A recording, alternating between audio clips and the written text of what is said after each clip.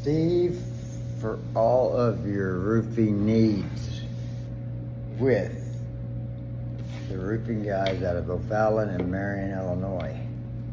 So, what's going to be the topic today? Let's think about that. How about, let's see, man, I've really kind of been going over what I think is important. For people that are new in this industry, what do you have to do to make it? Well, you better get good at being bad at something, okay? You better get good at learning how to do things on your own and having a strong backbone and being willing to get out there and get beat up some. Unless you have a manager that is a do-it-first kind of guy or gal that will take you out there and show you how to do it, okay? Those are far few and in between. You will find a lot of micromanaging managers, a lot of managers that sit there and just want to be an asshole all the time. It's hard to find a manager that's a do-it-first kind of guy. So with that being said, don't be looking for that guy because there's not many left. There's not many left of them hardcore sales. I'll do it first. I wouldn't ask you to do anything until I did it. Those guys are far few and in between, okay? So what do you got to do? You got to get some tough skin, and you cannot give a shit about anybody else's opinion, okay? Of why you're trying to do it, your goals, your reasoning behind it. You cannot care. You just have to go out there and start building you a book of business, and I mean that's knocking on doors.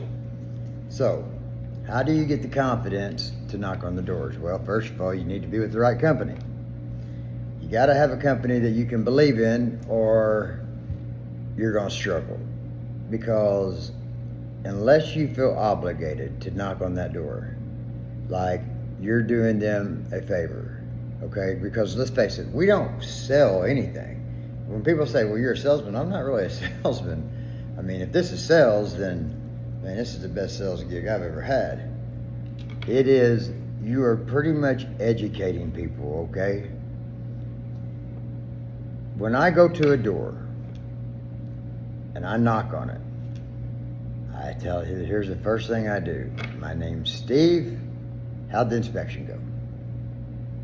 I don't say, have you had an inspection? How did the hell inspection go? Because that's kind of like asking a girl if she got a boyfriend. It gives her an opportunity to say yes when she doesn't, right? So you catch them off guard, and it's best to say you're on Cherry Street. Hey, how did your inspection go? What do you mean? You know, we're here on Cherry Street with all this activity going on. How'd the inspection go? Well, they're going to pause for a second, and they're really kind of going to be caught off guard. And then they are going to start telling you the truth without even realizing it.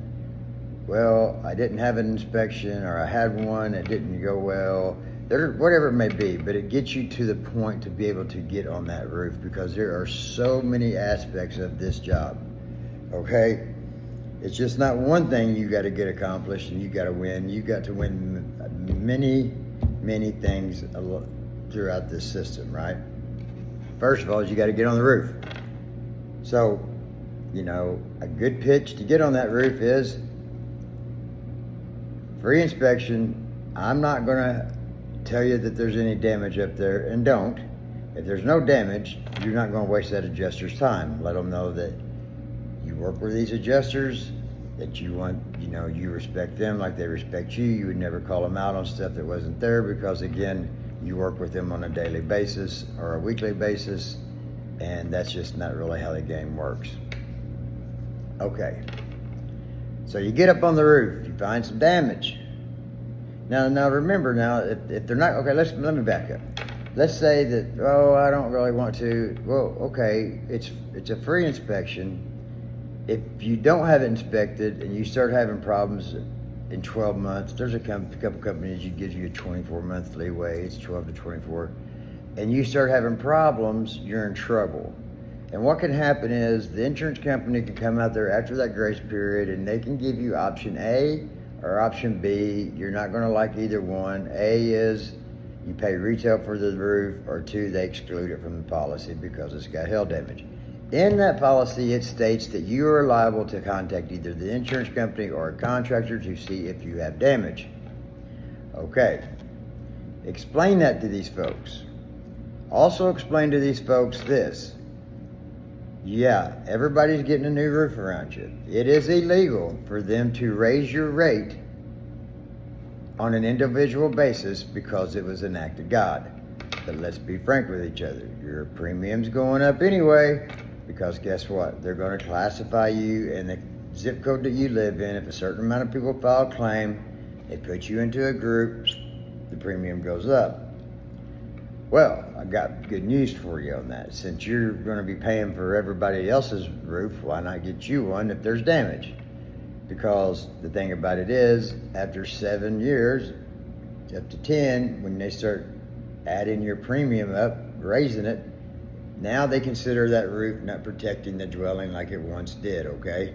So they put that in consideration when they raise your premium.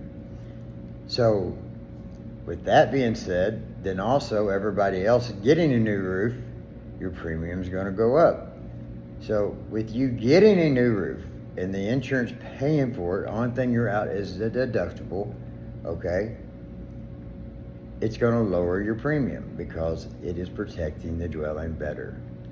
Also, if it's a company like ours, or many companies may do this, I don't know, we upgrade you to a Class 3, which handles baseball-sized hail up to 3 to 4 minutes, 160-mile-an-hour winds, and you have a Class 3, Class 4 shingle, the rest are standard. So we got a form that we fill out that we can send to your insurance company. And so at the end of the day, by you getting a new roof and going with a Class 3 shingle that we upgrade you to, guess what? We see anybody save anywhere from 6 to 18% a year in premium, okay? It fluctuates. I can't give you a specific one. This is just what I've seen, okay? So it's a win-win situation. And, you know, people will be like, well, what about my deductible? Well, what about your deductible? You sign that policy. You pick that deductible. You're going to have to pay the deductible. So let's say it's a $30,000 roof and they got a $2,000 deductible. So this is kind of how you can explain it to them. If I was to come to your house and give you $30,000 and I asked you for $2,000 once a day, would you do it? Oh, well, yeah. There's no difference just because the insurance is paying for it. That's what we're doing. We're putting a $30,000 roof on your house. I'm using that for example, for $2,000. And you want me to try to help you on that? Come on now. Plus, it's illegal. Okay? So that really shouldn't be a game changer. And if somebody's coming and says they'll cover your deductible, you should be leery of them, because why should anybody cover your deductible? I don't want to pay for it. I mean, you know, if that's the case, I mean, I ask them, what did my kid do to you? And they're like, what do you mean? Why should I pay for your deductible? Why are you taking food off my plate when I'm giving you a $30,000 roof for $2,000? And a lot of times it's a roof that most people couldn't get bought. That's just a fact, okay? I've had more people tell me, I can't believe you had them file a claim on that house, Steve. There's just no damage up there. Well, they must not be seeing the damage that I do, because most of the time, 90% of the time, I can get it bought, and it's either damage there or it's not. It's either marginal or it's not. And I'll get into how I go about these adjusters, okay? How I build a relationship with them before they get there, how I believe it's important for you to build a relationship with these adjusters, and it's important for you to let them know what they're coming to look at, okay? It's important for you to get in contact with that adjuster and introduce yourself, but that'll be on another video. So, when you sit down and you explain this to these folks, all you're doing is educating them on how the process works. Okay, you're not going there trying to get that job. Yes, that's the end result, would be nice, but you're there to educate them. to let them know what options they have. Let them know how their premium can be reduced. And just educate them. And tell them, whoever you go with, listen, I understand. I'm very busy, and whoever you go with, that's you and your family's decision. Business is business, no hard feelings either way of who you go with, I understand. I'm just here to educate you, okay? And that's truly how I feel. Most of the time, they will say, what do we got to do to get started? And that's when I ask them, have you filed a claim before? A lot of times they say no, because a lot of contractors will come in there and say this. And I've been guilty. Now, I'm not judging because I've done it. Okay, call your insurance agent or call your insurance company and give me a call back when the adjuster's going to be here. Weeks go by, week, 2 weeks, because it gets less important to them every day. So all you do is say this. Why don't we call the home office? Let's just go around your agent. And by the way, I'm going to go by and introduce myself to your agent so he or she knows who they're doing business with. And I want to make sure they're going to go to bat for you if I have trouble getting this roof bought. Okay, which they should, because that's who you do business with. But let's go around them, because they're going to do the same thing we're going to do, but we're going to make it a little quicker. And also, when we call the home office, I would like to speak to your insurance company. So when they call, I give them the number, I prompt them through it, and I tell them, when they get on the phone, tell them that you give them permission to talk to your contractor. So they'll ask them a few questions, and then they'll hand me the phone, and I will take it from there. I will also ask the lady on the phone, can you have the adjuster call me or email me along with the homeowner? That way I get the details too, because I would like to speak with this adjuster. And matter of fact, I would like to send pictures to this adjuster before they get here so that they can see what they're looking at. That's for another video. So, then you want to tell them there's a little paperwork involved. The good old boy system's over with. I'm going to need you to sign what they call is a contingency. Okay? And it's there to protect you, but it's also there to protect myself. And then I go into, how is it there to protect them? Well, it states in that contingency, if I can't get it bought by the insurance company, guess what? We rip it up and we go separate ways. But if I do get it bought, the company and I, if I get that bought, I get to do the work. Not Jim Bob, Billy Bob down the road. I'm not going to buy it up, get it bought up, and then when the insurance money hits, I see Cousin Joe up there on the roof doing it, which will happen if you don't get a contingency signed, okay? I just believe to have everybody sign one that keeps everybody honest. And here's the best part about it, folks, really. When you go to have them sign that contingency, if they are hesitant at all to sign it, I can tell you 80% of the time, you haven't asked enough questions, or they are wanting to ask a question and maybe don't know how to ask it. So that's when you say, listen, is there something that you're wanting to ask me? Have I not asked the right questions? What's going on? And it gives you an opportunity right then to fix whatever issue it is. If that's not the case, chances are they want to give the business to someone else and not let you do the roofing, so you're not going to get it bought up. And chances are, if it's a tough roof to get bought, they'll have somebody come in, they'll get denied. Like most contractors, they don't come back, they leave. Then on the second inspection, they'll give you a call. I do not take that stuff personal. I'm very grateful when they call me on the second and third inspection, and I will give them my honest opinion if I think it's worth filing for another, inspection. So, with that being said, you gotta have some tough skin. I believe that system works, and it works for me. And I've been producing some pretty big numbers lately with it. I've gotten very lucky lately, but you don't get lucky unless you're out there in it, okay? I've been very blessed lately, grateful, and man, I just couldn't be more thankful for the people that are doing business with me, because a lot of them is repeat business, and they're not doing business with me because of what I say I can do for them. They're doing business with me for what I have done for them in the past, okay? That's a great feeling, and it's a really, really good feeling. And so if you get in this business and you want everybody to like you, they're not. If you get in this business and you don't want people to talk about you, they're going to. And if they're not talking about you, then you're not doing anything, okay? You want to make a little havoc. You want people to know who you are. You want people to hear your name out there. And you want people to associate it with good things. Yeah, there's going to be some people that talk shit about you, but you can't control that. Most of the time when people do talk shit about you, guess what? People see through it, right? It's just a lack of insecurity on their part. No big deal. I hope everyone makes it. I wish harm on no one. Do I dislike a couple people in this industry? Absolutely I do. But that doesn't mean that I have to say anything bad about them. I just don't like their character. And that's just how it is. Not everybody gets along, right? But do not let someone's opinion detour you from where you're headed. Know where you're going.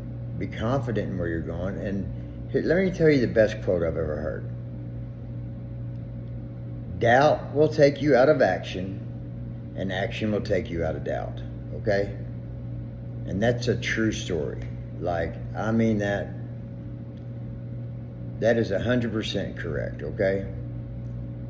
And for you to get busy, you have to work your ass off. 5, 6 days a week. Right now I'm working 7 days a week, okay? But I don't mind it. I love it. And I'm lucky to have that work to where I'm having to. I'm busier than I've ever been. I've got more working than I've ever had working. And I haven't even knocked any doors since, I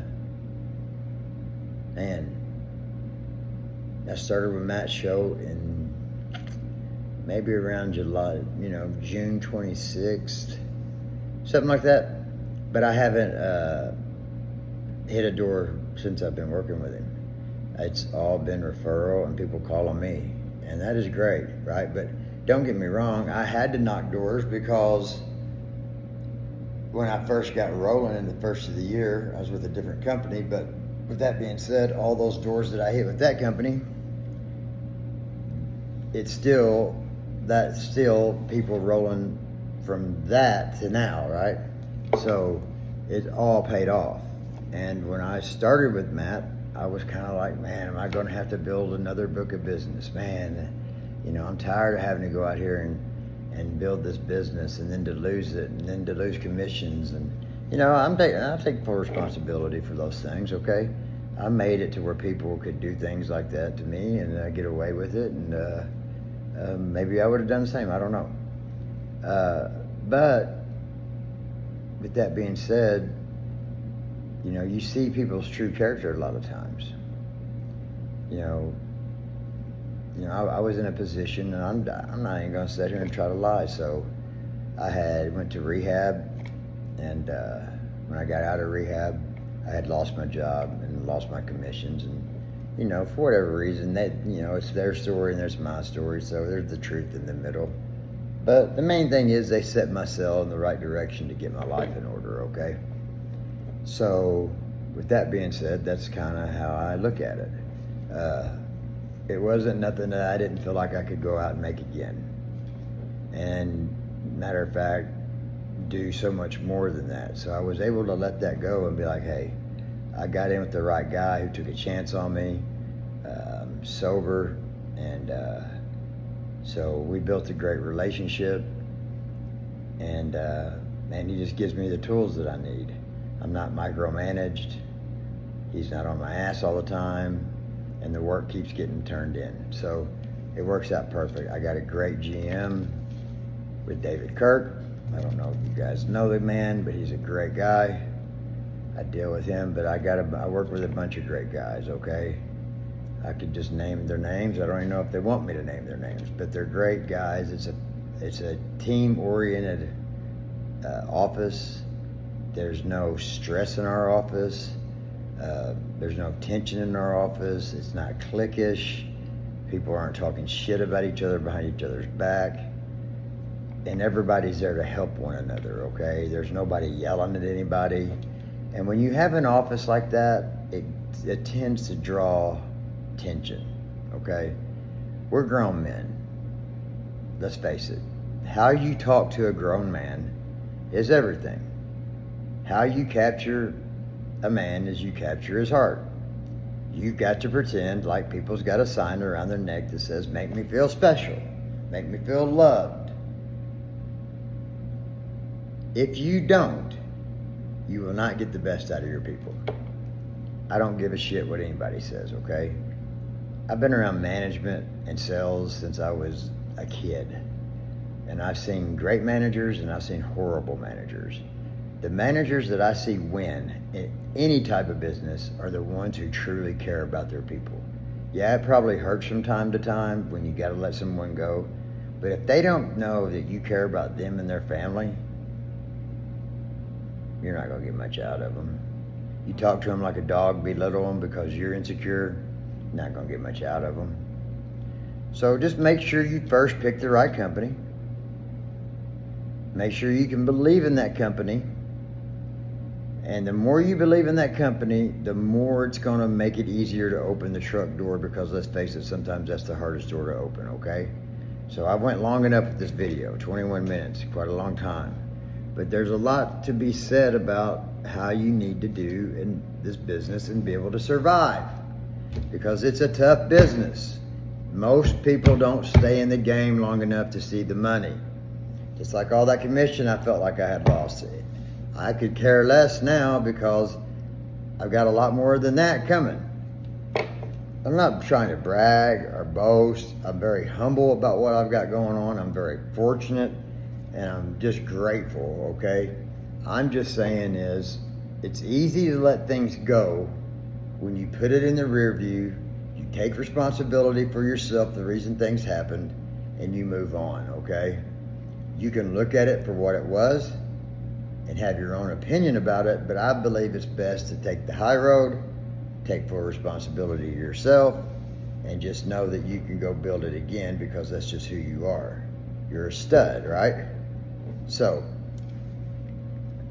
I wish everyone the best.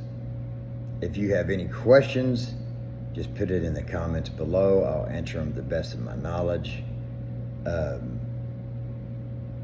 I really don't mind to show some people my numbers, okay? Proof's in the pudding, right? I think last week I got 19 scopes of loss, so I'm having to go through those scope of losses and kind of see what all we can do, but 19 in one day. Then I've got huge property management groups that I'm doing business with that I believe is great to go after property management groups, but I also believe that you still need to stay with your single homeowners. You need to stay in the residential area. Now, I would suggest going into really nice neighborhoods, okay? People that are 1099, because when you bump into someone in there, a lot of times they own a business, commercial in town, and that's how you can land your commercial work. But I just believe go to property management groups, and I'll give a video about how I present myself when I walk into one of those places, and it just seems to be working for me now. And don't ever act like that you have to have their business.